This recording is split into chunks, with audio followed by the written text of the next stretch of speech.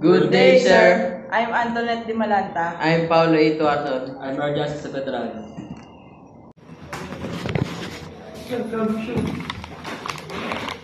R3CH340. The RC3H40 refers an Arduino Uno R3 or compatible board that features the CH340 used to serial converter chip function. The CH340 chips allow the computer to communicate with the Arduino via USB, converting USB signal into serial UART signal TX or RX.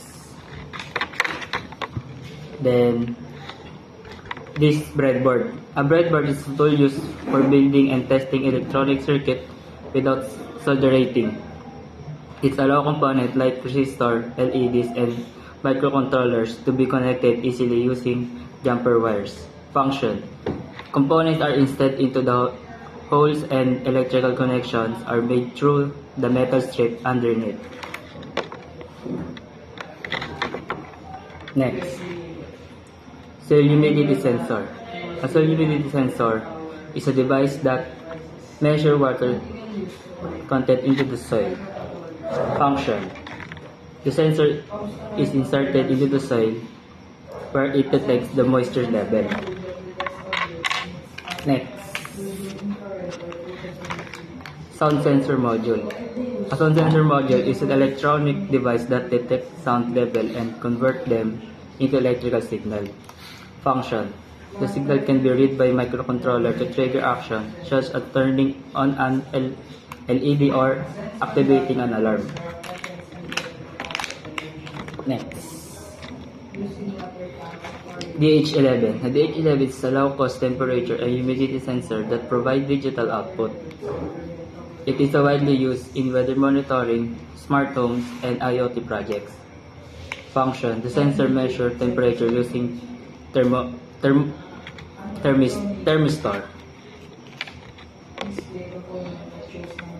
Next, the passive buzzer. The passive buzzer is a type of buzzer that requires an external signal to generate sound, unlike an active buzzer. Function. A microcontroller send a PWM signal to the buzzer. Next is the man-to-man dupont wire. A man-to-man dupont wire is a type of jumper wire used for making quick temporary connection into electric project. Function. Connecting breadboard component used to link different parts of breadboard for prototyping circuits. Three kinds of resistor. A resistor is a small electronic component that limits the flow of electricity. This is how to use it. It protects other components like LED lights from burning out different resistors.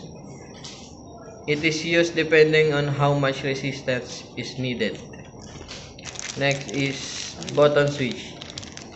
A switch that turns a circuit on or off when pressed. Used for input controls in Arduino, like turning on a light or activating a motor when you press the button. Next is photoresistor or light sensor. A sensor that changes resistance depending on the light level. It is used for automatic night lights or light following robots. The brighter the light, the lower the resistance. Next is RGB light. A LED light with three colors: red, green, and blue. RGB. You can mix different colors by adjusting each LED's brightness using Arduino.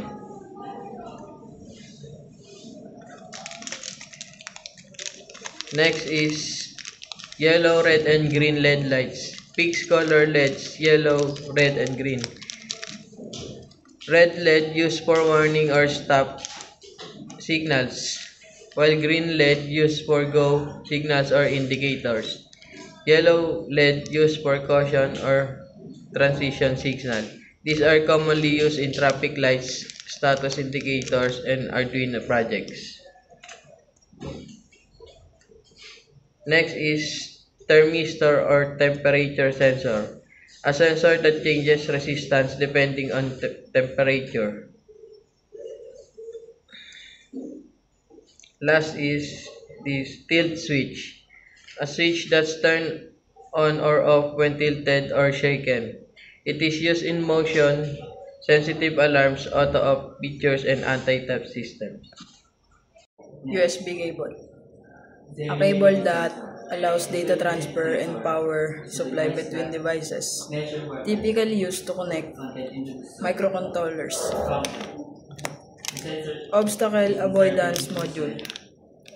A sensor module that detects objects in its path using infrared or ultrasonic signals. Widely used in robotics, automated vehicles, and security systems to avoid collisions. Water level detection sensor module. A sensor that detects the presence and level of water by measuring conductivity.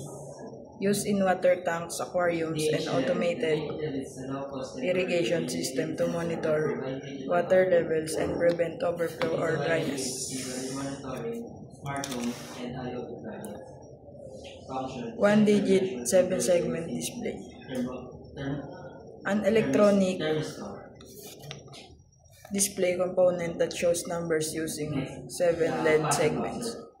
Found in digital clocks, counters, calculators, and electronic meters for displaying numerical data. Active buzzer. A small electronic component that produces sounds when an electric current is applied. Used in alarms, timers, and alert systems.